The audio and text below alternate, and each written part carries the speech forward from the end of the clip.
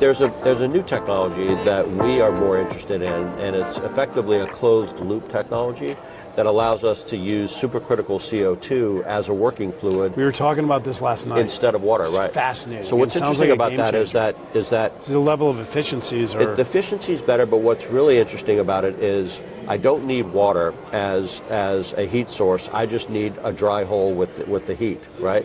And so if we're going to align our power plants, and that's effectively what they are, we have to align them with the existing grid.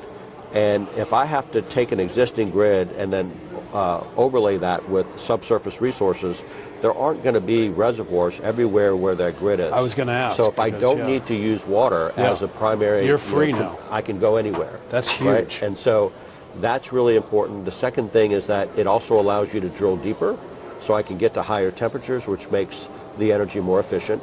And also the CO2 as a working fluid is more efficient than water, up to 40% more efficient. So that's the second benefit. And the third benefit is... Let's not blow by that, because when you're talking about that type of energy, 40% more efficient is than huge. Water. Yeah, it's a much more efficient working fluid. But the third cool thing is that from an optics standpoint, all that CO2 that stays within that loop is effectively permanently sequestered.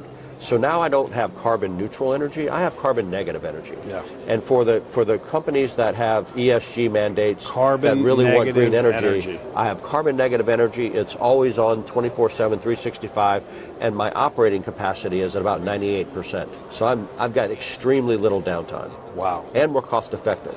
So it's really the holy grail of clean energy, and it's coming.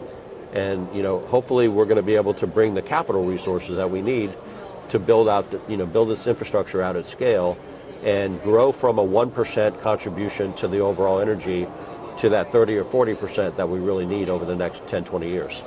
So I have one other technical question, and then I'm going to ask you how people can get in touch with you. Sure. Or, through us at the foundation, of course.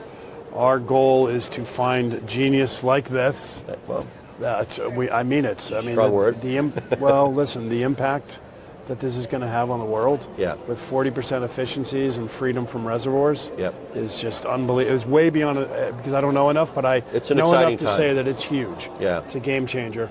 So we'll talk about, and obviously you can get in touch with us and we will connect you for all of our listeners at the foundation. But when you go down, there's energy that's coming from the mother. Yep.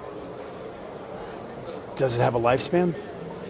So that's the other great thing about this technology is it will last, there are some geothermal wells that have been operating for 80, 90 years, right? And so there's nothing that's going to change in the subsurface environment, right? That those wells are going to stay intact.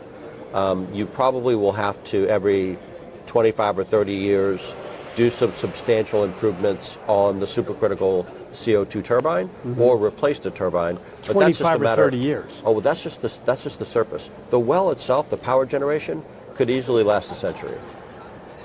So we're talking about extremely long time, because that temperature is not going to change. It's going to stay very stable.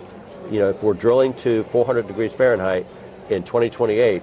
In 2038, it's going to be 400 degrees Fahrenheit. Wow. It might be 399 degrees. Yeah. But it is going to be such an incredible. infinitesimal reduction or derate in the energy, and that's why this is really important. Every utility that I've spoken to so far has said, we love this, let's figure out a plan to do this, and by the way, we want to own this, right? Because they recognize the long-term viability of that plant.